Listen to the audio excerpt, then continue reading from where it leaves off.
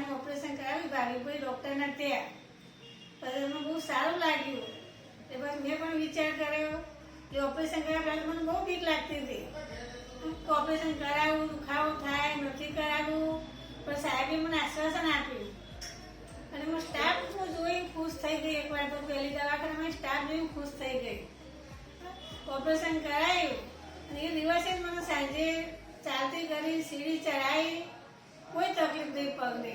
અને એમાં દવાખાનાનો સ્ટાફ, સેવાભાવી બહુ સરસ, ડૉક્ટર બહુ સરસ.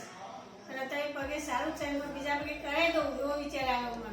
કરાવવા બા સાહેબના ત્યાં જાય તો ભાવિકભાઈ ડૉક્ટરના ત્યાં બહુ સરસ તમને જજમેન્ટ મળી રહેશે. એમનો સ્ટાફ